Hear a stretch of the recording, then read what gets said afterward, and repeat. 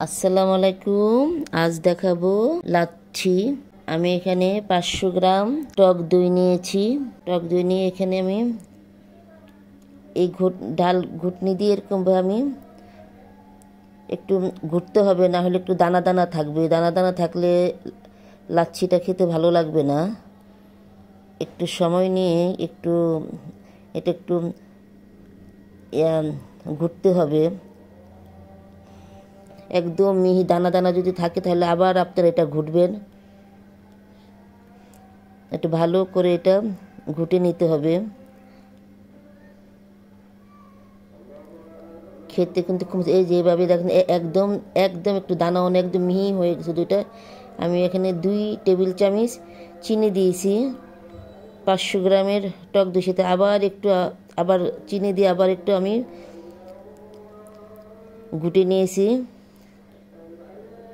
এখানে আমি সাইজে একটা বরফ নিয়েছি, এটারে আমি এভাবে একটু ভাঙবো। ভেঙে তারপর আমি একটু আবার টক দইয়ের সাথে আমি আবার দিব। বরফটা দিলে একটু ঠান্ডা ঠান্ডা লাগবে, লাচ্ছিটা খেতে একটু মজা লাগবে।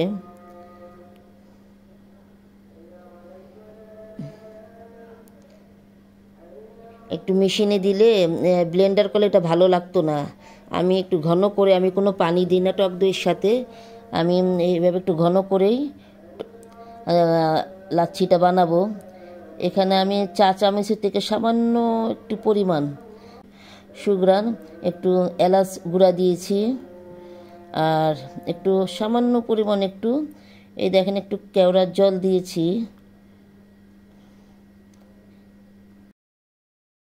কেওড়ার জলটা আর এলাচ দানাটা দেওয়ার পর আবার একটু নাড়তে হবে, কিন্তু এই দুটা দিলে একটু খুব লাগে, গ্রানটা বলবে।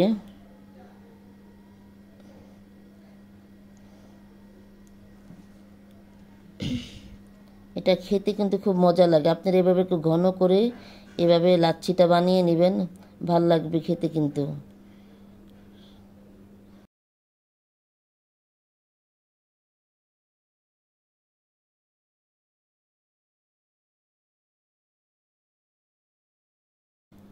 আর এখানে আমি আবার আরেকটা মশলা বানিয়েছি, যেমন 1 চা চামচ জিরা, 1 চা চামচ এই যে গুঁড়াটা আমি দিয়ে দিয়েছি।